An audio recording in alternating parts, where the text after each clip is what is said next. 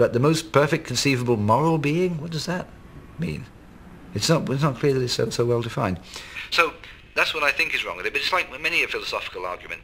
Just because you can't refute it, it doesn't mean you should take it all that seriously, especially if, form your common sense beliefs on the basis of it. All right, so much for the ontological. Yes, right, that's the ontological argument. Now, how about the other ones? Well, here's one I like.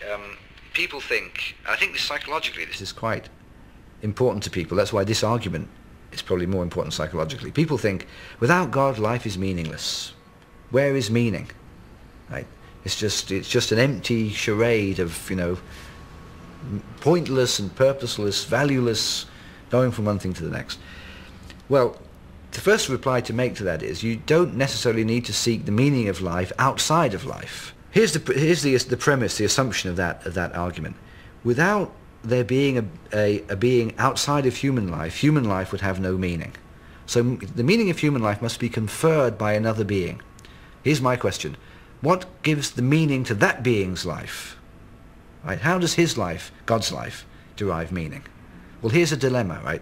Either God's life has meaning intrinsically just by his existence, or not, right? Well, if it does, then it's possible to have a meaningful life intrinsically. So why can't our lives have intrinsic meaning? They don't need to have their meaning conferred by another being. But the religious might want to argue, without even reverting to the ontological proof for the existence of God, that the observable fact that we do have values and meanings is in fact evidence of the fact that something has given the meanings, in the same way that the argument from design says something has given the thing design. Yeah. Well, I think there are 2 points there. One point is that the existence of values itself is an argument for the existence of God, like an evidence argument. Another point, though, altogether, is the idea that morality can only have a foundation if it's based on God's commands or God's desires, God's wishes. Right, now you started with the first one, of course. The thing to say about that is there's just no reason to think that the existence of values in human society depends on the existence of God. I mean, why should it? There's just no clear logical argument for one thing. Any more than the existence of ears, is a reason. I mean, there are various aspects of human life. There's art, there's value, there's family, there's all sorts of things that we take to be valuable. Why does any of these require that we postulate God to explain their existence? A more worrying question for many people is they don't see that morality can have any foundation, can have any absoluteness, unless there's a God to certify it, legitimate it. You can see that point. It's a point that was discussed by Plato long ago in the Euthyphro argument.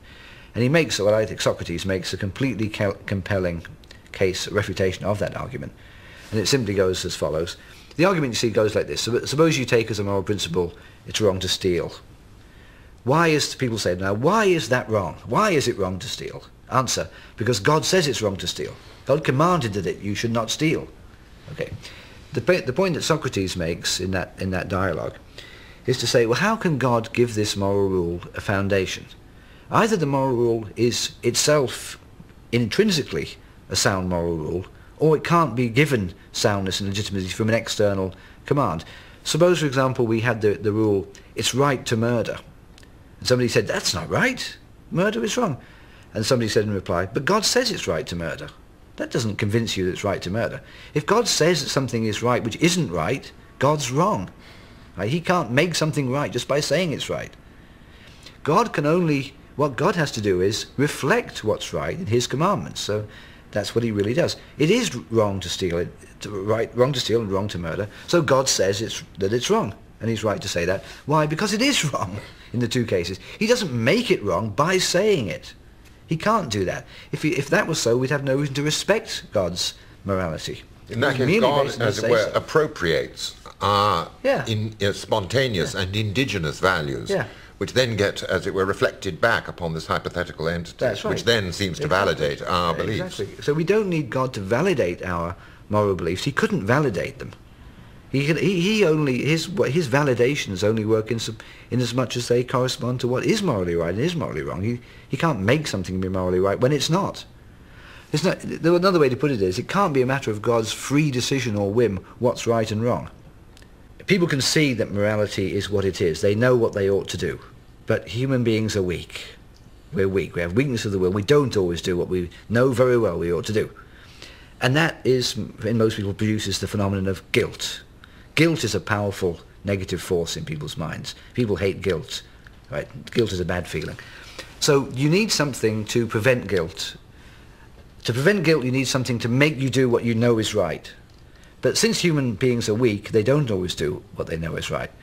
But God gives you an extra motive to do what's right, beyond morality itself. Morality gives you a motive, but it's a motive which is rather fragile, rather, momentary, intermittent, and easily broken. But if you've got the idea of God there, it can sort of give it some more oomph, gives it more power. And then you can do what you know is right more easily, more regularly, and that's, perfectly sensible. That's why, it's reasonable, it's not unreasonable anyway for an atheist to think that maybe we need God, or people need God, because without God they can't do what they know is right. And I don't believe that myself. I think people are not as morally depraved as the religious tradition says. I think most people will do what's right in normal conditions. They won't always, of course, but normally they will. They don't need God. And I think people who sometimes have lived with God as their moral support, their moral whatever it is that they're getting from it, when they cease to believe in God, they feel that it was not as difficult to be moral afterwards as they suspected it might be. And in fact, it was better, because there's a corrupting part to that conception of God, which is the idea that you're doing something good because God will reward you and think well of you. And that's a corrupting idea. It's much better to do what's good because it's good, and only because it's good. And that's your only reason for doing it. But the idea you're going to get the warm, fuzzy feeling, oh, God's really pleased with me today, I did this, that's not what morality ought to be about.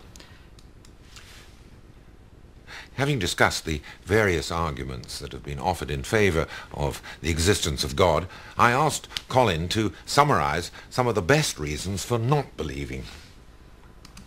Well, the classic argument against is the problem of evil.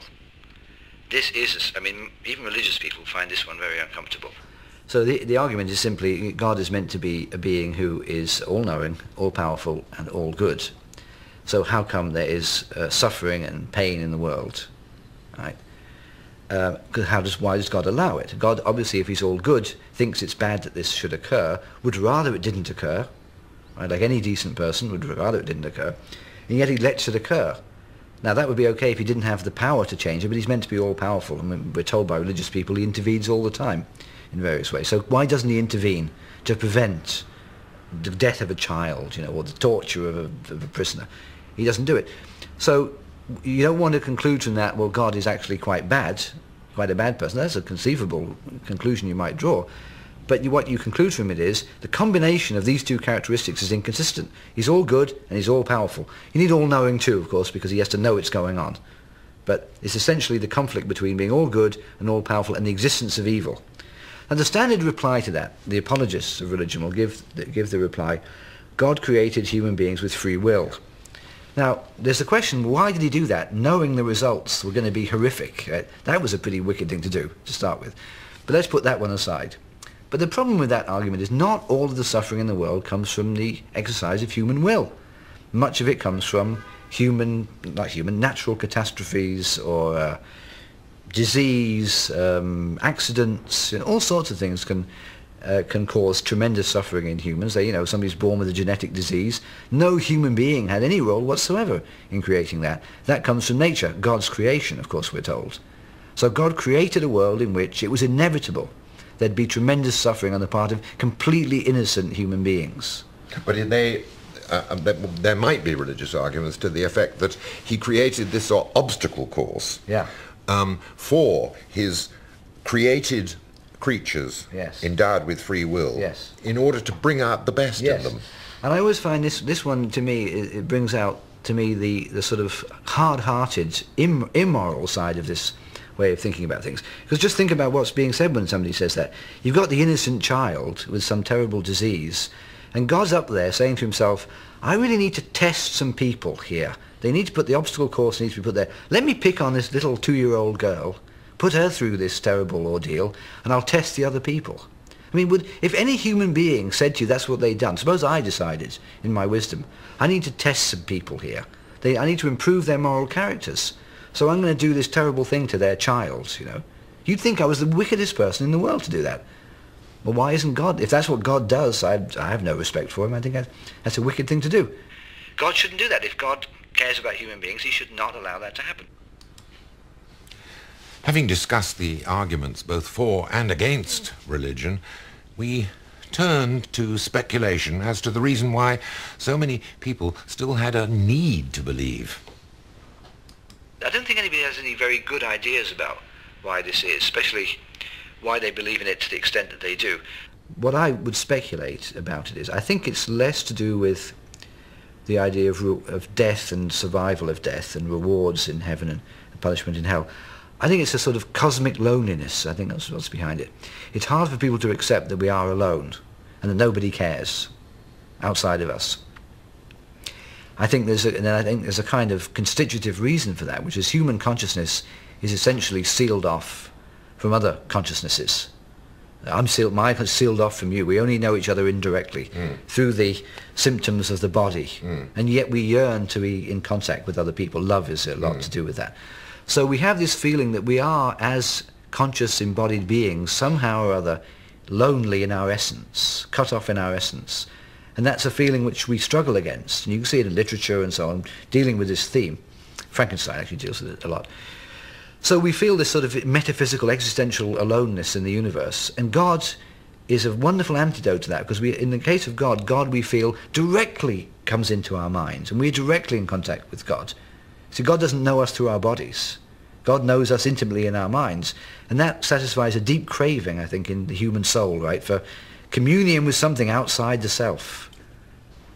I'd just like to finish with one thing.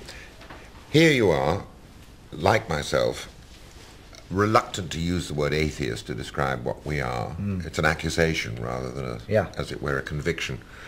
In a country which, in fact, has become more intensely religious, do you find it difficult to uphold such ideas in the America of the 21st century? Let me say something about the first point, the label one has. Yeah, to be called an atheist, it's a negative view, and it suggests that one is a sort of professional atheist. You know, you spend your life arguing against God, which way Russell did. And I think that's a sort of an undignified and rather pointless procedure. Once you decide there isn't a God, you know, there's not much point in inveighing against it, unless you think huge harm is being done by the belief in God. But you don't, nobody spends their time trying to prove to others that the Greek gods don't exist. You know, you just decide that they don't, and that's the end of the story for you.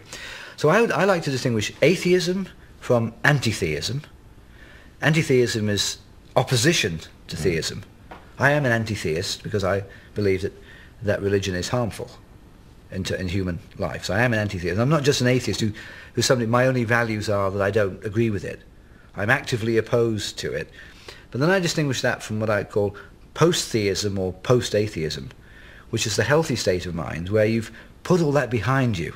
Now, we can't do that yet because there's lots of religion in the world and lots of bad results of it. But to me, the ideal society would be one in which the question of religion didn't really arise for people, or if it did, it wasn't a heavy question for them. They would say to each other, you know, those humans used to believe back there in 2003. Some of them believed there was this God and he did this. Others didn't, and they did TV programs about why they didn't. What a funny debate that was, you know. So it would be a post-theist society where it wasn't an issue.